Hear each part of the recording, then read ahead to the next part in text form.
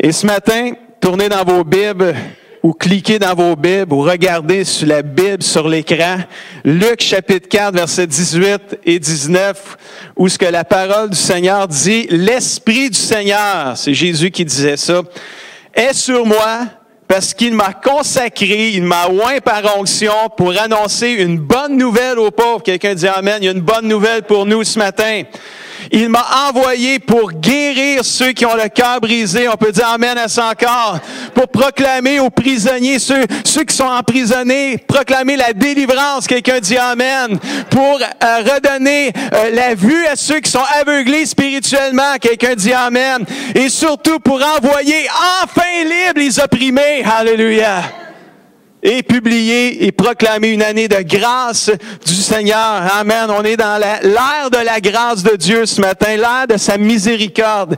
Et le Seigneur veut rendre enfin libre les vies brisées. Sauver, guérir, délivrer, libérer. Voilà la mission de Jésus sur la terre.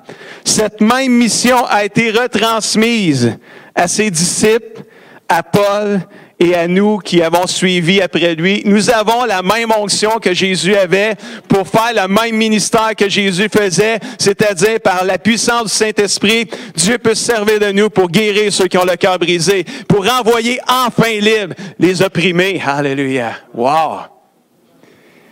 Le cœur de Jésus n'a pas changé. Il est venu mourir sur une croix, revenir à la vie, monter au ciel pour que le monde entier puisse goûter à une vie enfin libre des blessures et des emprisonnements de l'esclavage que l'ennemi de nos âmes cherche tant à vouloir nous faire vivre. Le diable va se servir de nos souffrances, de nos injustices pour nous garder captifs et nous empêcher de vivre la pleine liberté que Jésus est venu nous donner pour nous, les enfants de Dieu. La Bible dit dans Galates 5, verset 1, « Le Christ, le Seigneur, nous a libérés pour que nous soyons vraiment pognés. » Il y en a qui vont dire « Amen ». J'ai eu Pasteur Guy. Tellement excité d'être enfin libre. Là, non, le Seigneur est venu pour qu'on soit vraiment libre. Puis moi, je dirais pour qu'on soit enfin libre. Alléluia. Mais ça nous arrive parfois de nous laisser attacher par les chaînes de l'esclavage, sans même parfois qu'on s'en rend compte. Et ce matin, je veux annoncer une parole qui va libérer ce matin. Je veux déclarer une parole qui va guérir ce matin, qui va vous renvoyer enfin libre. Parce que c'est possible pour des chrétiens de ne pas être libres. Puis on va regarder ça ce matin. Et ce matin, je veux parler de deux groupes de gens. Je veux parler de ceux qui ont le cœur brisé et je veux parler des gens qui sont opprimés. Et ce matin, je veux qu'on s'encourage. Peut-être que tu es ici, puis ça va bien. Ton cœur est bien. Tu traverses une belle saison. Puis moi, je veux rendre grâce au Seigneur pour ça. Puis ce matin, peut-être tu dis, « Oh non, c'est pas pour moi, Pasteur Guy, cette parole-là. » Ça se peut que ce soit pas pour toi. Je veux que tu pries pendant que je vais prêcher. Parce que peut-être il y a un frère, une sœur à côté de toi qui, lui, vit peut-être une saison de blessure, une saison de souffrance. Et peut-être pour lui, cette parole-là va venir faire une différence. Alors ce matin, on se donne la main ensemble pour la famille de Dieu. Peut-être que ça va bien, merci Seigneur, rends grâce au Seigneur. Mais ce matin, sois en intercession dans ton cœur alors que je vais déclarer cette parole-là pour que chacun de nous puisse vivre une liberté et être enfin libre en Jésus-Christ. Alléluia. Savez-vous que le mot « briser » veut dire « briser ». Quelle grande déclaration. Mais quand tu vas voir le grec, le mot brisé en grec, il y a une signification qui est, on dirait que tu es plus brisé un coup que tu as vu cette chose-là. Brisé en grec vient du mot grec suntribo. Je ne sais pas si je le prononce comme faux, mais j'ai mis un peu de grec pour mon ami Michel qui est en train de faire son cours de grec. Alors, ça veut dire suntribo, brisé, ça veut dire brisé, ça veut dire casser en morceaux. C'est assez brisé, ça. Fracassé. Broyé, là. Tu sais, c'est comme on t'a pilé dessus avec un bulldozer, là. On t'a écrasé. Là. Et Jésus est venu guérir les cœurs qui ont été cassés en morceaux. C'est le mot guérir les cœurs brisés, c'est ce mot-là, brisé. Les cœurs fracassés, les cœurs broyés. C'est profond, ça. Là. Puis la mission de Jésus, c'est de guérir les cœurs qui ont été cassés en morceaux. Wow! Il y a peut-être des cœurs dans cette salle qui sont brisés. Brisés depuis longtemps. Ça n'a jamais été guéri. Mais tu as grandi, tu as filé, puis tu penses que tout a été réglé parce que ça fait tellement longtemps. Puis ça fait des petits, les blessures. On va regarder ça ensemble. Moi, je crois ce matin, il y a un temps de guérison, de libération. Il y a des gens qui vont sortir enfin libres ce matin dans cette église. Le mot opprimé, moi je pensais que ça voulait dire déprimé. Probablement que déprimé aussi, c'est pas mieux non plus. Jésus veut renvoyer libre, enfin libre les déprimés aussi, là. Mais moi, je pensais qu'opprimé, ça voulait dire déprimé. Mais ça ne veut pas dire ça.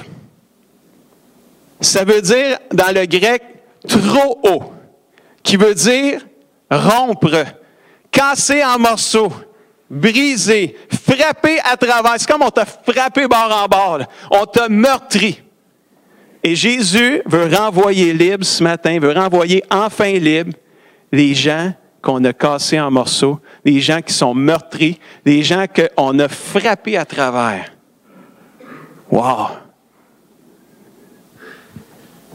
Le même Saint-Esprit qui était sur Jésus est maintenant sur nous, les enfants de Dieu.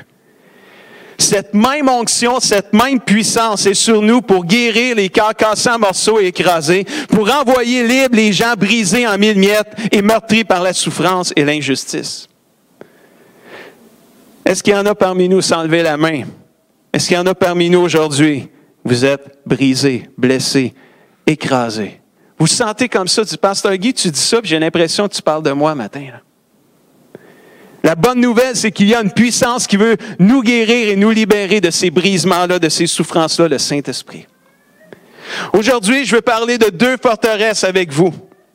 2 forteresses ou 2 mauvais esprits de l'ennemi qui s'élèvent en nous lorsque notre cœur est brisé et opprimé.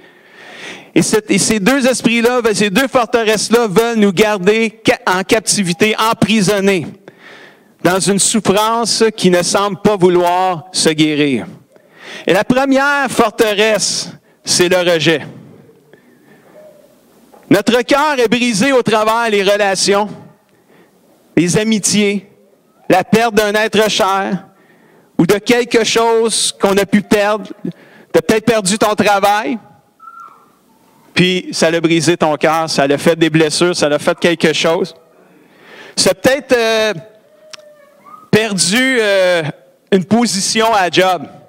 Tu étais un gérant, puis là, tu ne faisais pas un job, ils t'ont relégué à un simple ouvrier.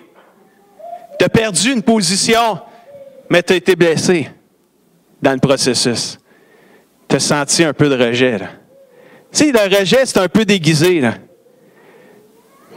Tu appliques pour une position dans un travail. Ils sont 3 personnes, tu n'es pas choisi. Comment tu te sens? Ah, tu vas dire, ben, c'était pas pour moi, mais peut-être que caché en dedans, tu sens un rejet. Parce que c'est peut-être pas la première fois que tu es mis de côté dans une affaire, puis là, ça s'accumule. Suivez-vous ce que je suis en train de dire? Mais du début, ça n'a pas été guéri. Parce que tu t'es même pas rendu compte peut-être qu'il y avait de quoi qui avait besoin d'être guéri là. Et là, tu accumules des fois du rejet à gauche et à droite. Ton cœur est blessé, ton cœur est brisé. Et là, il y a plein de choses qui rentrent. Ce matin, on va partager ça un peu ensemble. Chaque être humain est confronté au rejet dans le cours de sa vie. Et je peux affirmer que le rejet brise des vies. Puis probablement plusieurs parmi nous pourraient le dire aujourd'hui. Le peuple de Dieu dans la Bible, dans Osée 8, verset 3, la Bible dit que Israël, le peuple d'Israël a rejeté le bien. C'est pourquoi l'ennemi le poursuivra. Le rejet, donné ou reçu, que tu rejettes ou que tu sois rejeté, ça rouvre une porte à l'ennemi de te poursuivre et de faire des ravages dans ta vie. Comme c'est arrivé avec le peuple de Dieu. On va en parler plus dans le message. Et il y a des effets des fois, puis tu te demandes pourquoi les gens, certaines personnes réagissent d'une manière X, Y, Z, puis tu te dis, mais ils sont donc bien bizarres, ce monde-là. Puis des fois, on ne réalise pas que si on creuse un peu en arrière, il y a une racine de rejet, de blessures de rejet qui sont là, qui n'ont pas été guéries, puis que Dieu veut guérir aujourd'hui. Un de ces effets-là, c'est la colère. Quelqu'un qui éclate en colère violemment, qui a de la rage. Je pense que j'aurais dû écrire rage, ça aurait mieux poigné. En as-tu? Ne levez pas la main, là. C'est personnel. Mais si tu avais le goût de lever ta main, on va prier pour toi quand même après la réunion, parce qu'il faut que tu sortes d'ici enfin libre. C'est ça le titre de la série de messages qui s'en vient. Des 3 prochains messages, je vais faire enfin libre. Moi, je veux voir une église enfin libre. Je veux voir des chrétiens enfin libres. Alléluia. Puis si vous êtes enfin libre, je veux que vous restiez enfin libre. Alléluia. Parce que ça fait du bien d'être enfin libre. Mais il y en a-tu qui ont la rage au cœur? Ça se peut-tu, ça? J'en ai entendu, moi, des chrétiens dire « j'ai la rage au cœur ».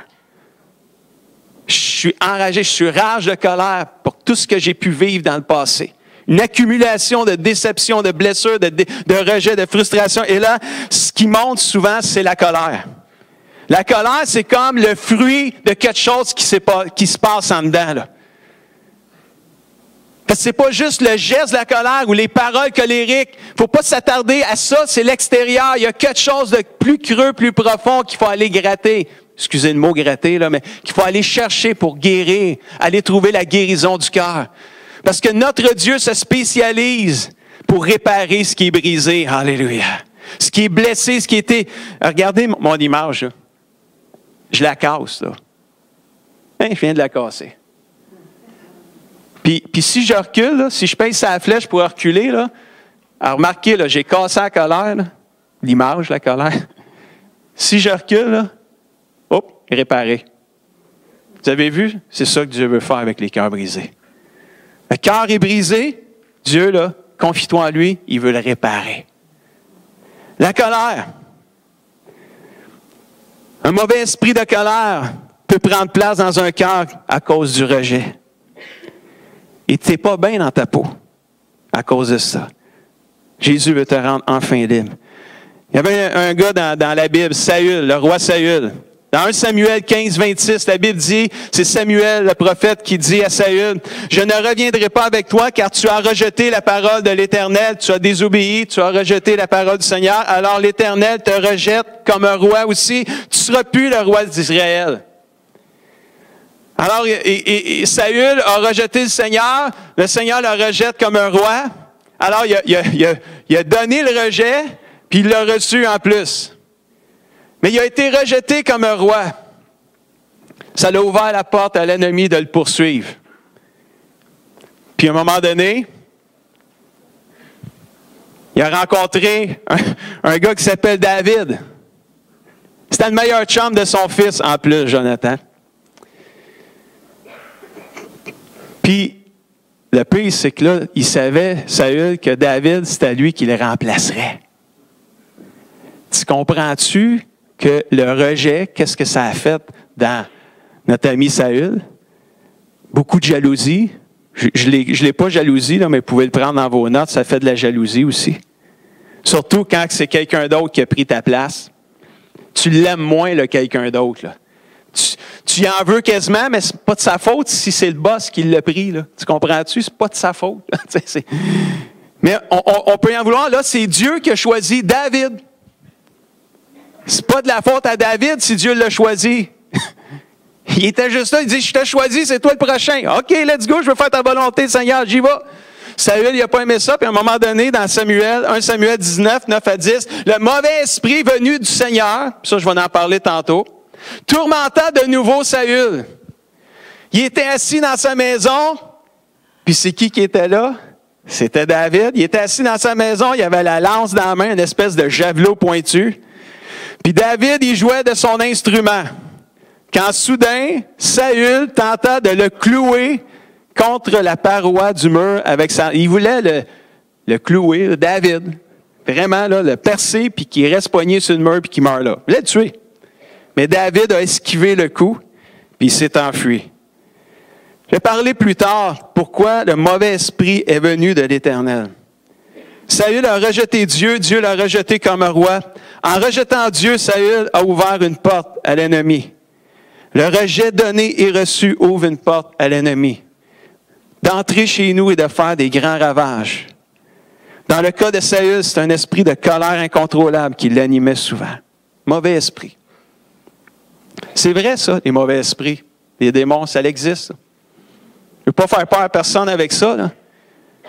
Mais quand la Bible a dit « ne donnez pas accès au diable » dans Éphésiens 4, 26, 27, là, dans ce coin-là, ça veut dire « ne donnez pas accès au diable ».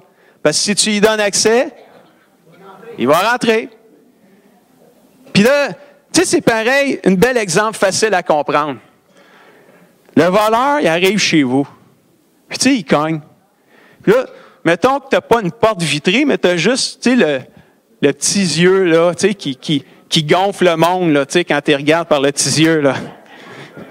Puis là, tu le regardes, puis tu y parles au travers du mur. « T'es qui? » « Ben, je suis un voleur. »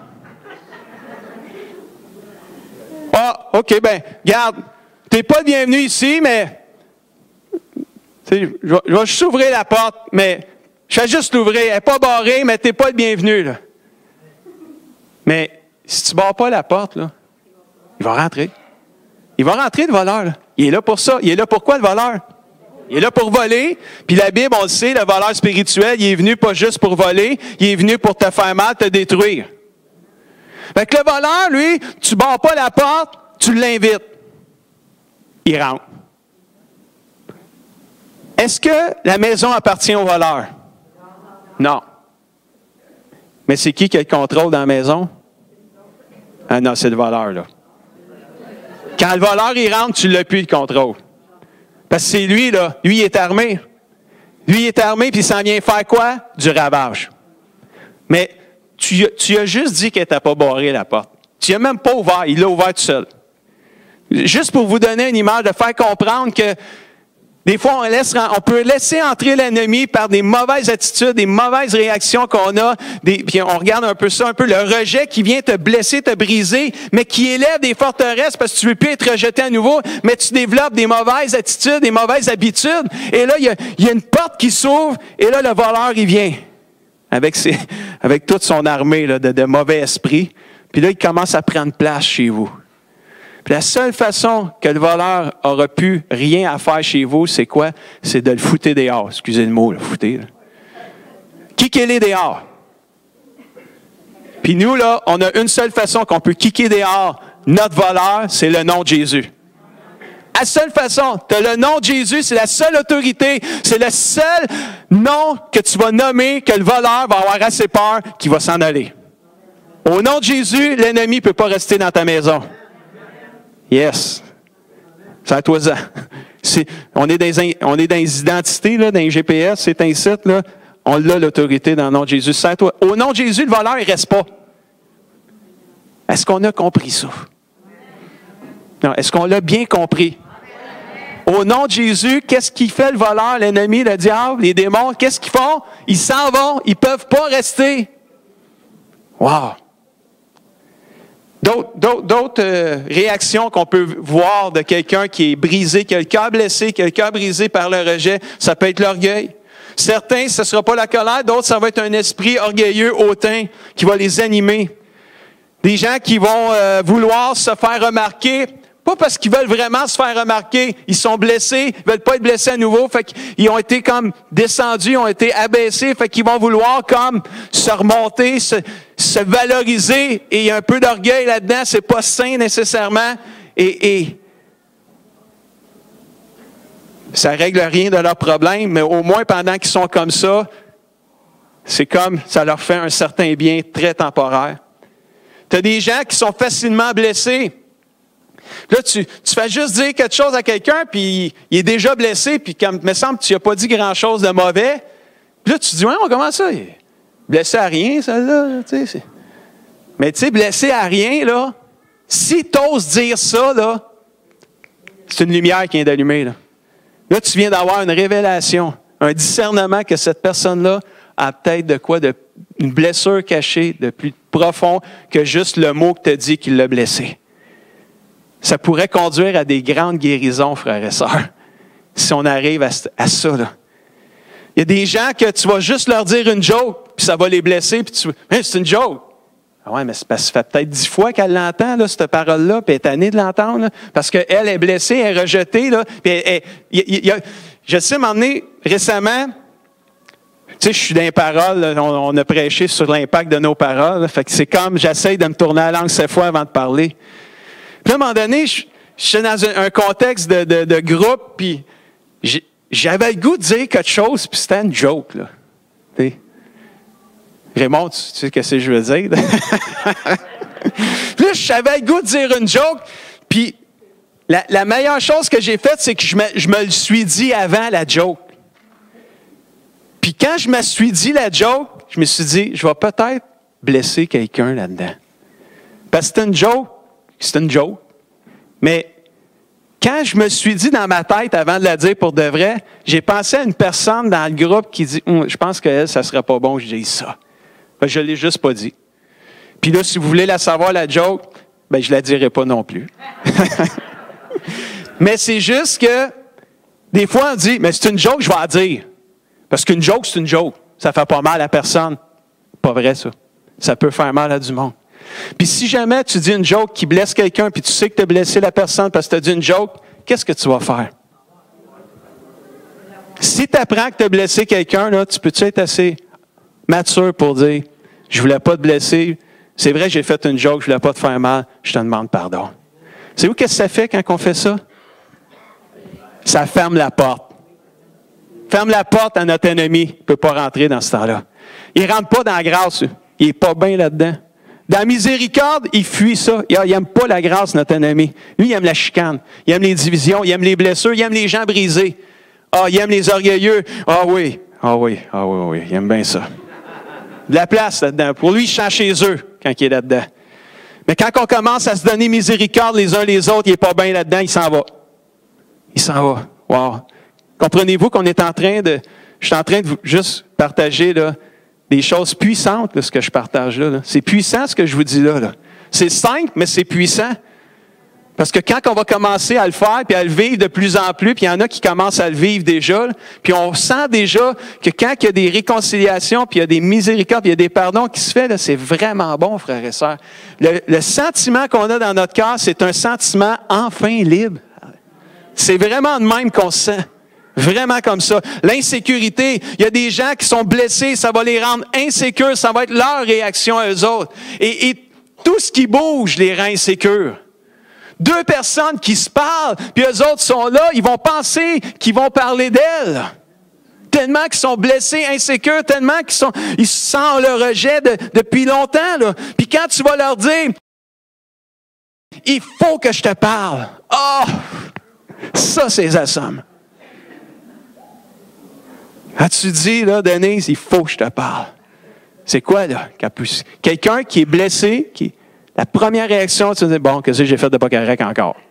La première chose, tu vas dire, si c'est le pasteur qui dit qu'il faut que je te parle, ben là, écoute, je rencontre jamais le pasteur. Fait que quand je rencontre le pasteur, c'est vraiment pour qu'il me chicane.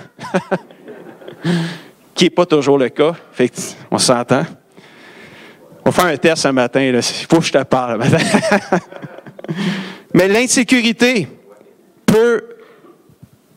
c'est une réaction à une blessure qui est peut-être arrivée puis qui n'est peut-être pas guérie, qui démontre peut-être, ouais, mais peut-être j'ai quelque chose qui a été blessé, qui n'a pas été guéri.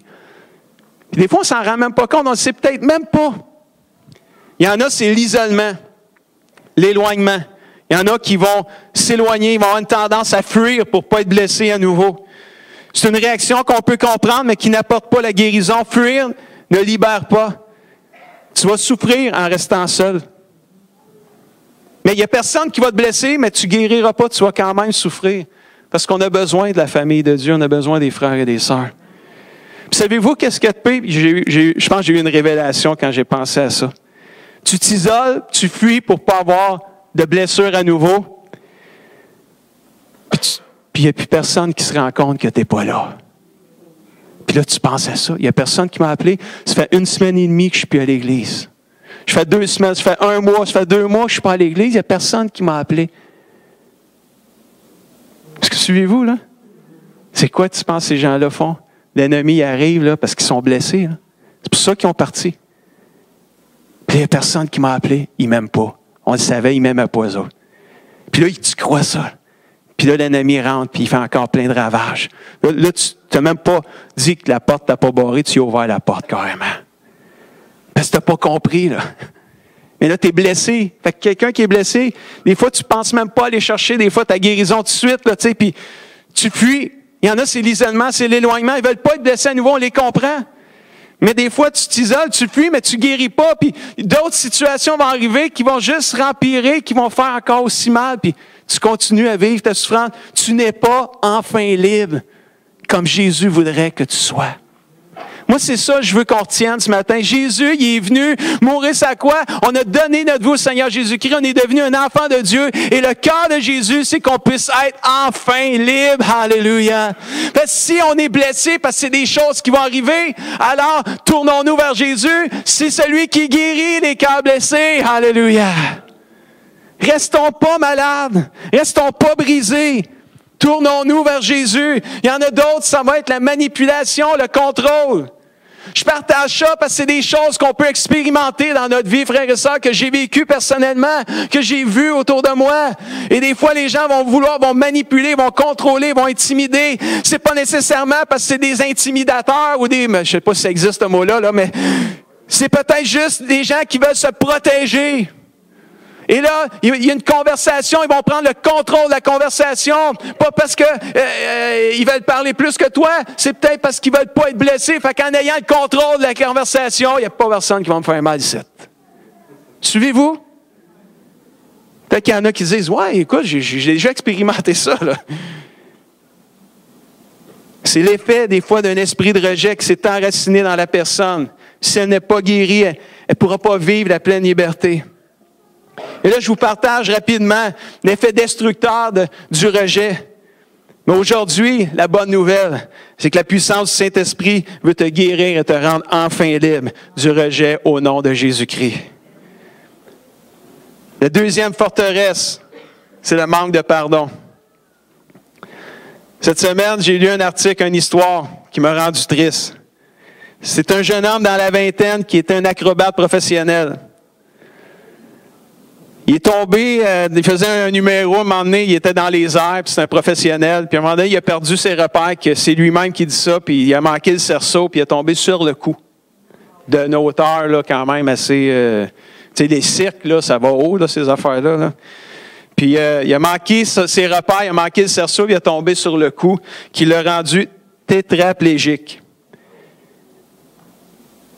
Et lui, il ne peut plus marcher aujourd'hui, là, puis il y a une moitié de son corps, l'autre moitié qui ne marche pas non plus. Puis lui, il disait 2 ans plus tard, quand il a écrit l'article, il dit « J'aurais aimé mieux mourir quand j'ai tombé que de me réveiller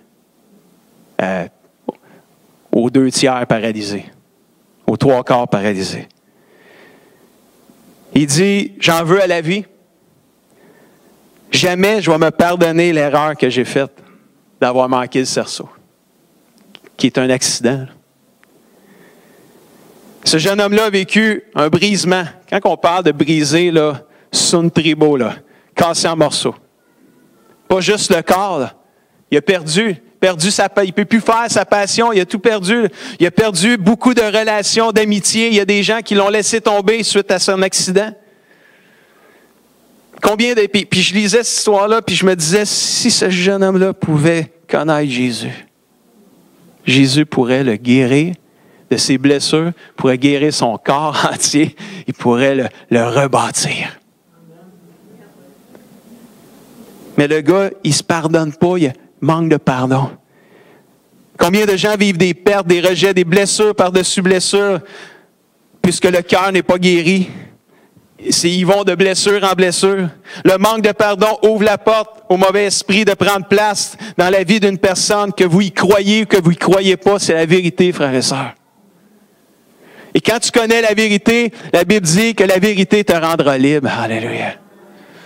Il y en a qui ont peur des démons, qui ne veulent pas y croire. Mais vous feriez mieux d'y croire. Puis si vous êtes un enfant de Dieu, vous n'avez même pas besoin d'avoir peur des démons, parce qu'au nom de Jésus, ils ne peuvent pas rester chez vous. Alléluia. Sauf que quand on est blessé, on ne réalise pas. Des fois, on ouvre des portes sans même le savoir.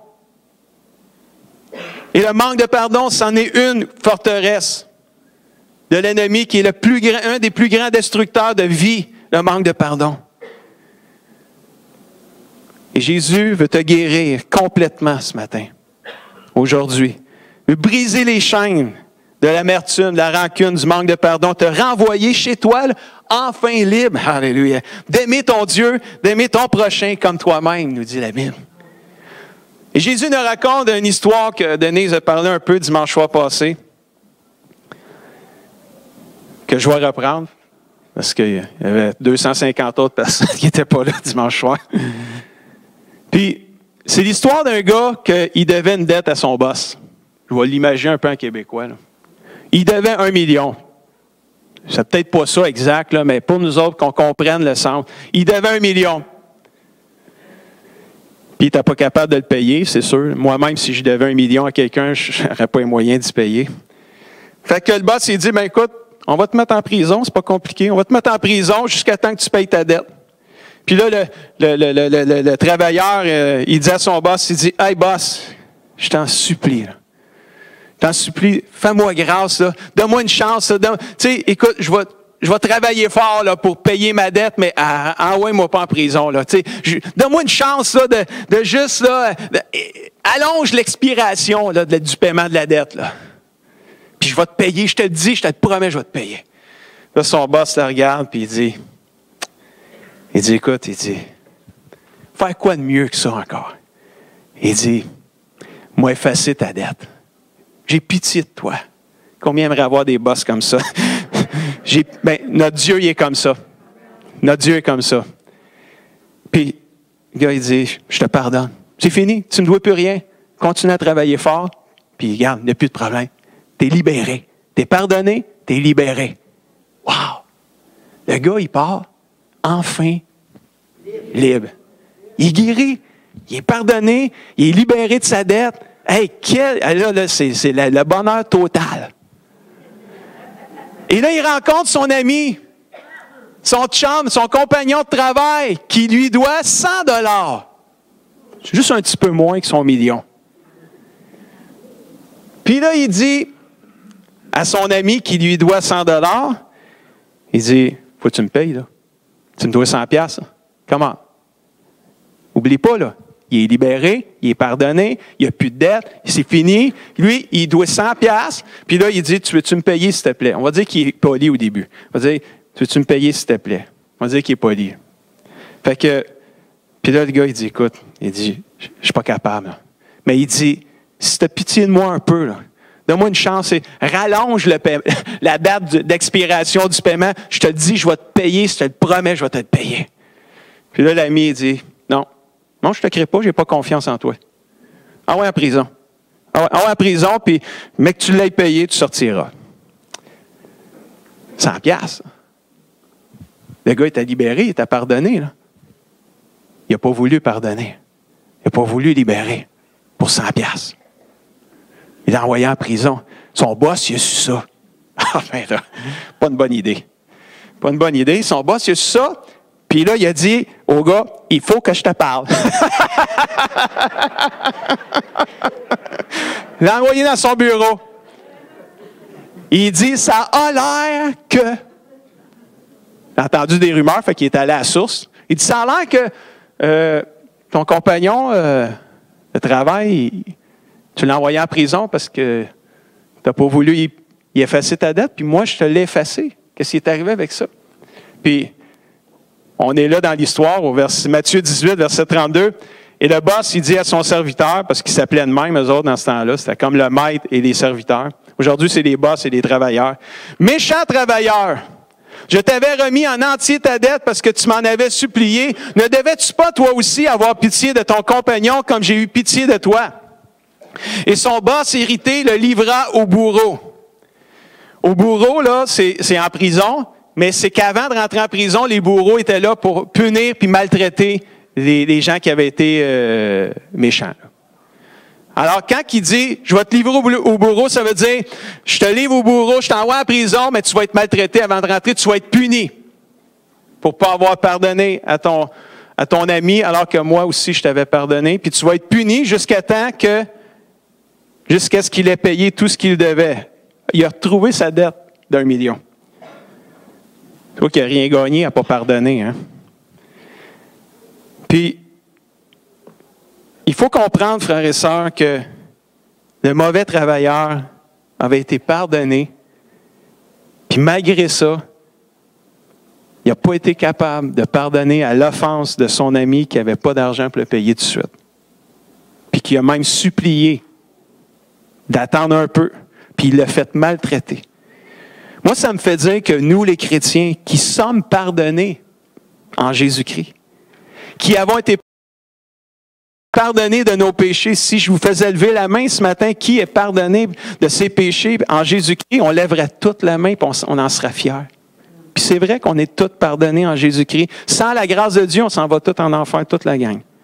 Alors, on a reçu la grâce de Dieu, on est libéré, on est pardonné, on est libéré, on est libre. On aurait dû aller au ciel, à l'enfer. On y va pas parce que Jésus nous a tant aimés, puis on a accepté son amour, puis on l'a reçu dans nos vies, puis on vit pour lui, on est libéré.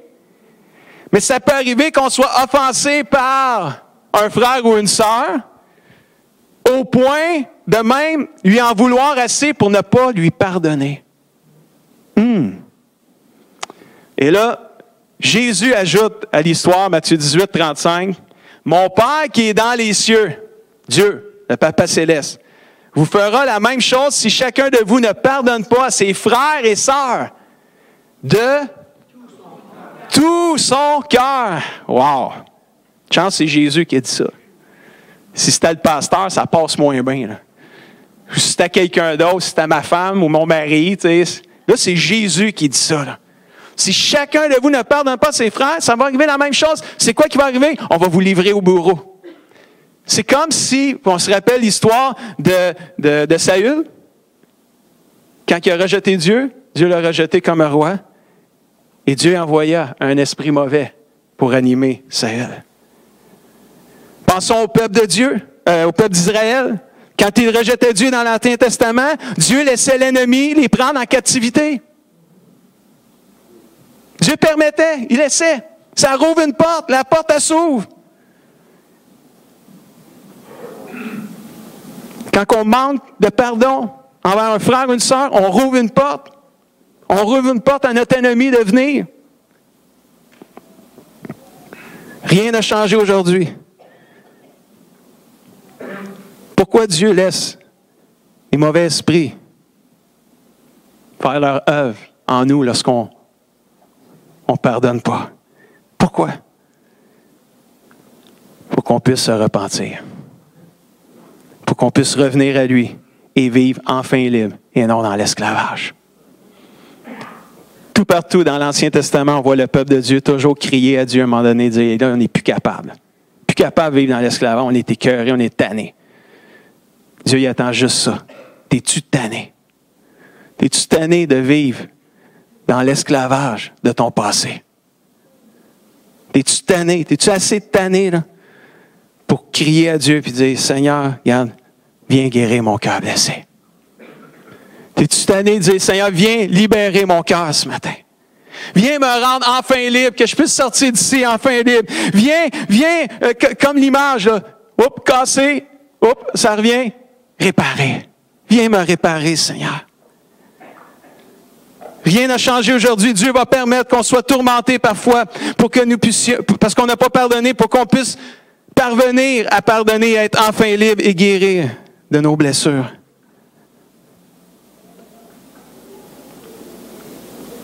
« 2 Corinthiens 2, versets 2, 10 et 11. Quand vous pardonnez à quelqu'un, c'est Paul qui disait ça aux chrétiens de Corinthe. Quand vous pardonnez à quelqu'un une faute, je lui pardonne aussi. Et si je pardonne pour autant que j'ai à pardonner quelque chose, je le fais pour vous, devant le Seigneur. Pourquoi je le fais, moi aussi?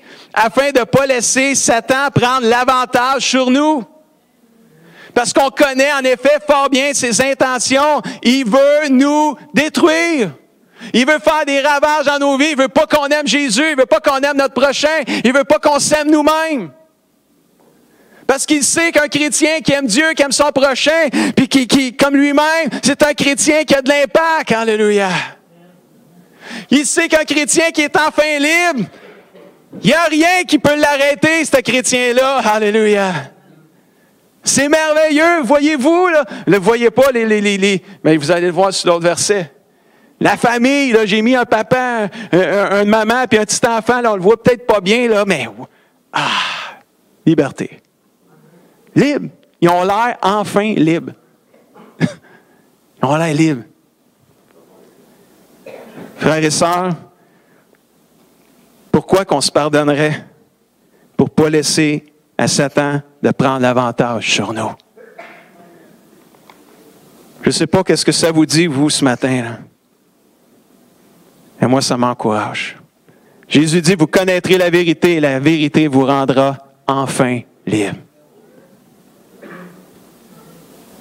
Tout ça pour dire aujourd'hui que je vais inviter Jean-Marie avec Michel, juste piano avec Michel. Peut-être Marilyn pour le Easy Worship. Tout cela pour dire qu'aujourd'hui, qu'une blessure peut ouvrir la porte au mauvais esprit de prendre place. Colère, rejet, peur, manque de pardon, orgueil. Cela peut arriver même à nous, les enfants de Dieu. Tout ce que j'ai parlé aujourd'hui, je ne l'ai pas fait pour abaisser quiconque ce matin.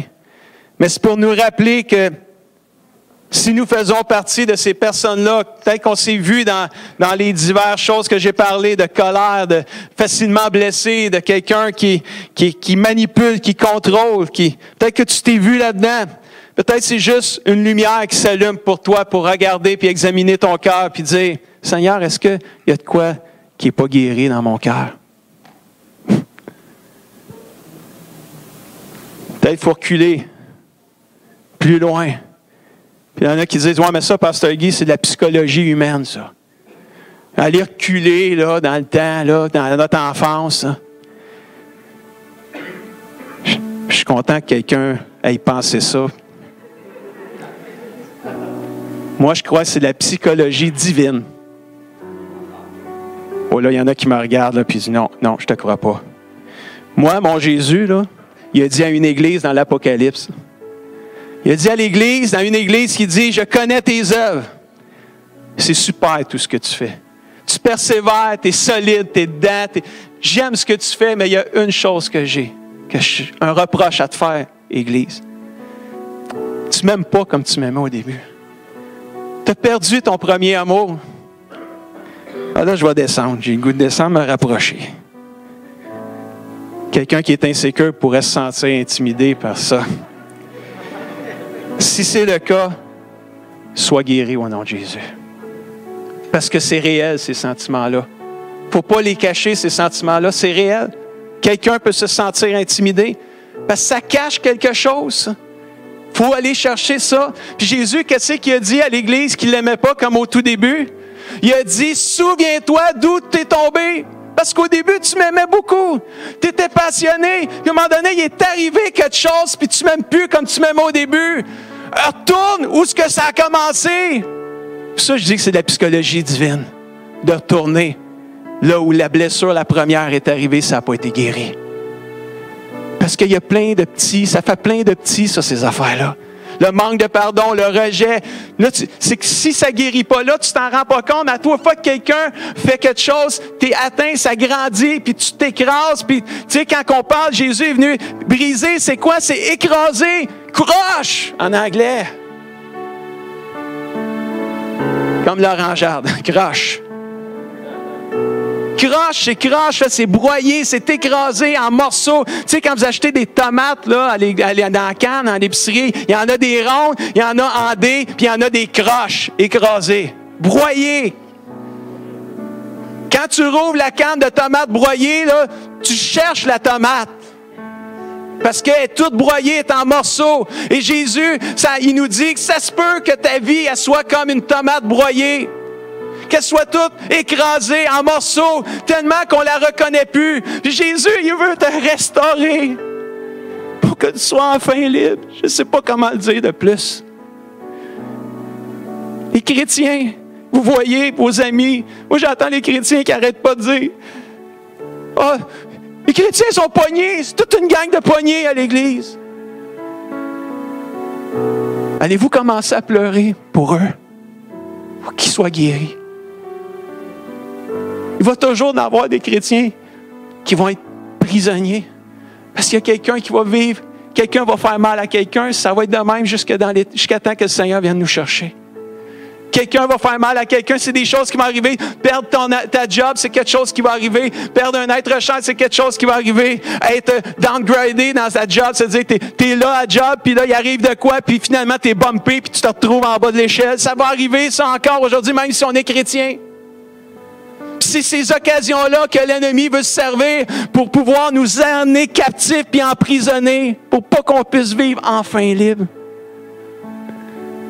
Puis moi, ce matin, aujourd'hui, c'est le cri de mon cœur. Rappelle-toi. Vous savez, la semaine passée, j'ai partagé que dernièrement, ça m'est arrivé dans les derniers mois que j'ai blessé des personnes. J'avais dit la semaine passée, j'avais dit au Seigneur, ça se pourrait-tu, Seigneur, qu'il y a quelque chose qui n'est pas guéri dans mon cœur? J'ai-tu vécu une blessure dernièrement qui a fait que je suis plus porté à blesser quand je rencontre des gens? Puis, j'avais dit que la réponse était oui. J'ai remarqué que quand j'avais rencontré des gens, puis ils s'attaquaient à moi personnellement, ou à ma femme, ou à mes enfants, j'avais une réaction qui était plus blessante que normale. D'habitude, je ne suis pas comme ça. Puis là, ce matin, je suis en train de prier avant que je pratique la musique. Là, je disais, Seigneur, tu m'as dit la semaine passée que j'ai eu à blesser des gens parce que j'avais de quoi j'avais eu une blessure. Mais j'ai dit un matin, j'ai pensé à ça, je dis, ouais, mais je ne suis pas guéri encore de ça, là, moi. J'ai juste eu la révélation que j'ai eu une blessure, mais elle sort d'où, cette blessure-là? Puis, il y a un événement qui est arrivé, il y a une couple d'années. Je ne la partagerai pas, c'est personnel. Mais juste pour vous dire, il y a un événement qui est arrivé, il y a une couple d'années. Je vais en parler à ma femme, elle ne sait pas. Là. Je vais lui dire, mec, on arrive à la maison. C'est à ça que je vais dire. Peut-être qu'un jour, je vais la dire, m'emmener. Puis, j'ai dit, Seigneur, c'est ça. J'ai dit, c'est là. Puis, j'ai dit, Seigneur, on va aller voir les personnes qui m'ont blessé. On va aller se réconcilier. Parce que moi, je veux vivre enfin libre. Je ne veux pas blesser des gens. Je n'ai pas le goût de blesser des gens. On est la famille de Dieu. J'ai le goût qu'on avance. J'ai le goût qu'on progresse. J'ai le goût qu'on soit enfin libre. Alléluia. Frères et sœurs, recule la cassette s'il faut. Il y en a, c'est juste un CD. Vous allez retrouver. Je vais juste rewinder un peu. Il y en a, c'est la cassette. Parce que ça fait longtemps. C'est pour ça que je dis la cassette. C'est plus bas que moi je suis allé, là. Les grosses affaires carrées, là, la grosse cassette là, immense là, avec mon oncle Gilles, là, quand on allait là. Sophie, tu t'en rappelles, de ceux les mon oncle, les ma tante Gosselin, vous savez qu'est-ce que je parle. Puis, on a 77 ans d'histoire comme Église. On a blessé plein de gens à l'Église. Il y a trop de meurtriers autour de nous. Il y a des gens, là, ça enregistré encore, ça, Mylène? Oui, enregistre ça, c'est pas fini, là. Il y a des gens, vous allez écouter ce message-là jusqu'au bout. Vous allez être rendu à cette partie-là, vous n'allez plus à l'Église. Là, je m'adresse à ceux qui sont à l'écran. Vous n'allez plus à l'Église. Puis vous n'arrêtez pas de justifier pourquoi vous n'allez plus à l'Église. Puis vous dites que l'Église, c'est des religieux. L'Église, c'est une gang d'hypocrites. Peut-être qu'il y en a des religieux, peut-être qu'il y en a des hypocrites. Moi, je veux vous dire que ça cache une blessure, ça, que vous n'allez plus à l'Église. Si vous n'êtes plus capable d'aller à l'Église, c'est parce que ça cache quelque chose. Il y a une blessure, il y a de quoi qui est arrivé. Parce que c'est la plus belle chose, c'est la plus belle place à être, d'être avec la famille de Dieu. La Bible a dit, c'est là qu'il y a la vie, c'est là qu'il y a la bénédiction d'être ensemble. C'est ce qu'il y a de plus merveilleux, l'Église de Dieu, frères et sœurs. Moi, j'aime la famille de Dieu, j'aime l'Église de Dieu. Puis je suis plus capable d'entendre les gens parler en mal de mes frères et de mes sœurs. Ça suffit, c'est assez. Tant que moi, je vais être le pasteur de cette église-là, je vais me battre pour que l'amour de Dieu règne dans notre ville et dans notre église, frères et sœurs. Parce que c'est ça qui donne la vie, c'est ça qui rend enfin libre. Alléluia. Si je m'adresse encore à ceux qui ne viennent plus à l'église, ma prière, c'est que tu puisses demander à l'Esprit Saint de te révéler quand que l'Église t'a blessé. Recule jusqu'à temps que tu trouves où qu'elle t'a blessé. Puis ça t'a emmené à partir de l'Église. Puis moi, au nom de l'Église, comme représentant de l'Église, je te demande pardon. Pardonne-nous. Puis je t'invite à revenir à l'Église, ici ou n'importe quelle Église, où ce que tu es, où ce que tu vis. Et sois guéri au nom de Jésus. Sois guéri. Oh, ça fait longtemps que j'ai décroché de mes notes, là. Mais moi, là, ce matin, j'ai un cri du cœur. Demande à l'Esprit Saint. Saint-Esprit, est-ce que mon cœur est blessé encore? Les vieux chrétiens, je dis pas vieux dans le mauvais sens du mot, là. Vous me comprenez, ça veut dire des chrétiens qui ça fait plus longtemps que d'autres qui sont ici. Soyez sincères avec Dieu un matin. On a tellement traversé de combats et d'épreuves, l'Église. Les divisions, 2 grosses divisions. Plein de petites divisions parmi les divisions. Hey, ça fait du monde brisé, ça. Là. Ça brise des vies. Le rejet. Le manque de pardon. La colère. La frustration. Frères et sœurs, demande à l'Esprit de te révéler à toi ce matin. Fermons nos yeux et restons assis.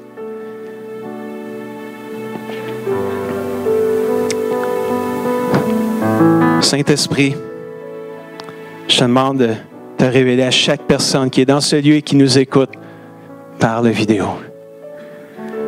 Saint-Esprit, je te demande de venir révéler dans le cœur de chacun.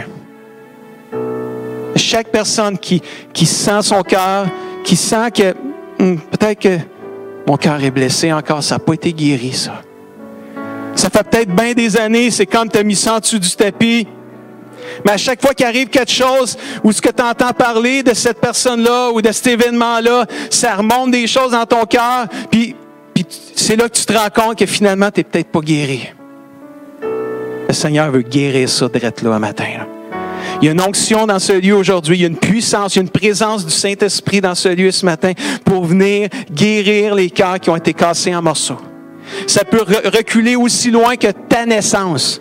Ou ce que dès ta naissance, peut-être, tu as été rejeté par tes propres parents biologiques.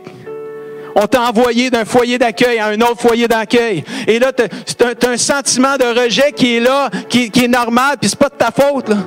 Mais tu as grandi avec ça, puis tu ne sais même pas pourquoi des fois tu as des réactions. Peut-être que ça peut reculer jusque-là.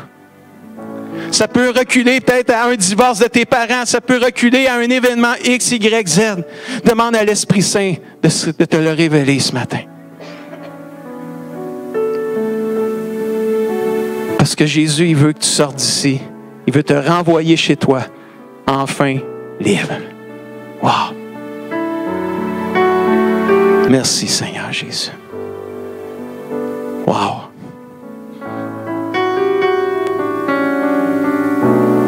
Merci Seigneur Jésus. Oh, l'Esprit de Dieu agit dans la douceur de sa présence ce matin. Saint-Esprit parle à chaque cœur, du plus jeune dans ce lieu à la personne la plus âgée. De la personne la plus jeune au niveau de la vie chrétienne à la personne qui est la plus âgée dans la vie chrétienne dans ce lieu. Père, au nom de Jésus, reçois ta guérison. Mon frère, ma soeur, mon ami, reçois ta guérison.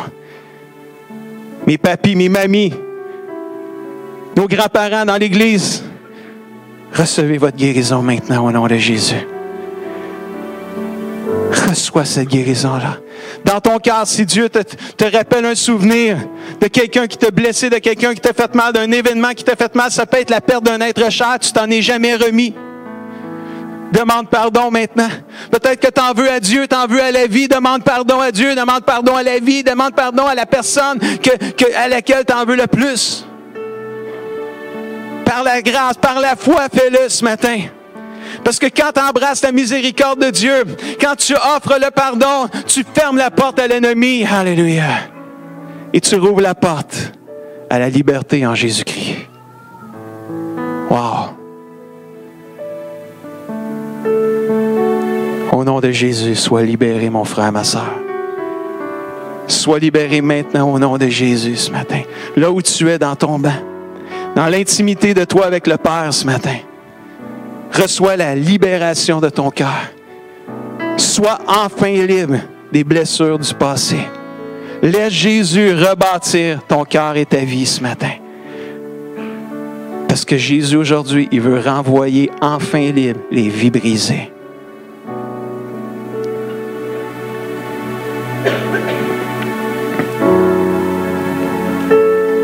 Je vais inviter Lynn, mon épouse. J'aimerais ça, Lynn, que tu viennes terminer avec une prière d'autorité. Lynn, c'est une guerrière, c'est une femme de Dieu incroyable. Puis je me sens poussé à te demander de prier avec autorité contre tout esprit mauvais qui veut tenir les gens dans la captivité et le brisement.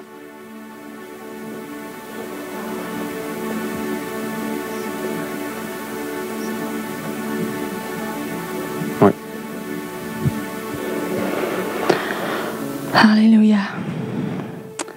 Il y a des gens ici qui vivent vraiment des captivités, qui sont pris, qui ne sont pas capables d'être libres. Et je veux quand même inviter ces gens-là, s'il y en a qui veulent venir faire une ligne en avant. Je vais faire une prière d'autorité pour l'Assemblée, mais s'il y a des gens qui veulent recevoir de la prière après individuellement, de venir en avant. Vous pouvez venir tout de suite si vous voulez. Sinon, après, pendant la prière. Alléluia, Seigneur Dieu. Gloire à toi, Père éternel. Alléluia. Père éternel, je vais t'élever ton peuple au trône de ta grâce au nom de Jésus. Alléluia.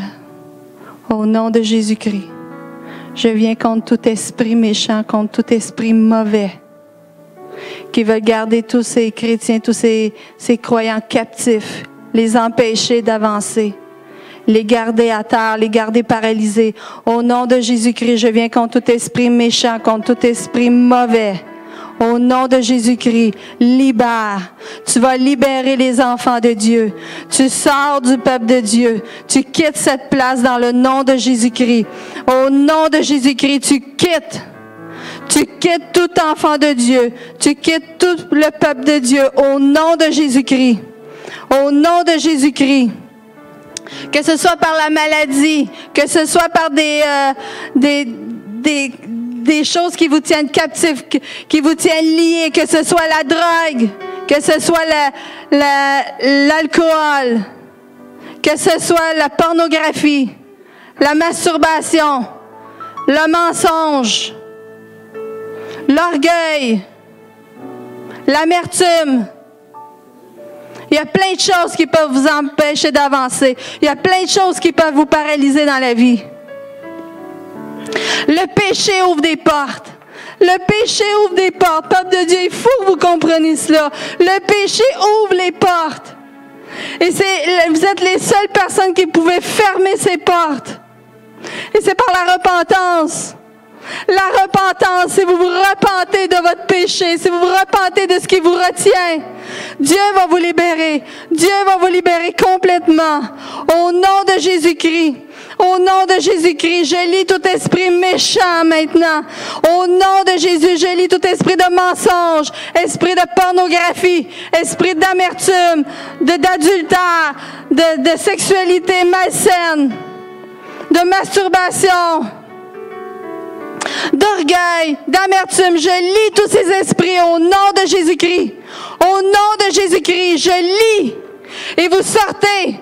Vous sortez, vous quittez sur les corps de ceux qui sont captifs. Tu quittes au nom de Jésus-Christ. Vous quittez au nom de Jésus-Christ. Au nom de Jésus. Au nom de Jésus. Au nom de Jésus. Au nom de Jésus. Vous quittez. Libère, Seigneur Dieu. Père éternel, je prie que tu apportes ta libération, ton onction, Seigneur, dans ce lieu. Onction de Dieu, viens sur ton peuple, viens sur tes enfants. Oh, la présence de Dieu libère, l'onction de Dieu libère. Au nom de Jésus, au nom de Jésus, Alléluia. Hallelujah. Kura babaria sharaba kidere bigadala bakuria. Kerera raba sandere gedere bigadala baba shandere gedere bigadera baba kuria sarabe kidiria turia. Hallelujah. Merci Seigneur parce que tu vas libérer complètement ce matin. Libère Seigneur. Il y a des esprits d'infirmité.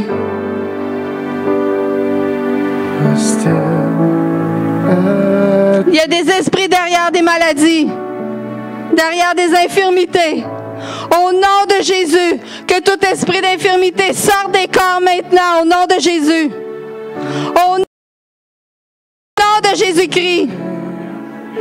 Alléluia.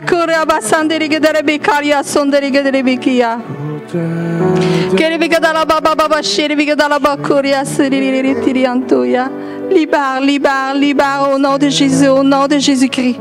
Au nom de Jésus-Christ, soyez libérés. Soyez libérés au nom de Jésus. Alléluia. Alléluia. Amen. Merci Seigneur Dieu. Merci Père éternel. Que tous ceux qui veulent de la prière, venez. Amen. Alléluia. Levons-nous ensemble, peuple de Dieu. Alléluia. On va chanter ce chant terminant. Je vivrai pour t'aimer. En toute liberté, prosterné à tes pieds pour t'adorer.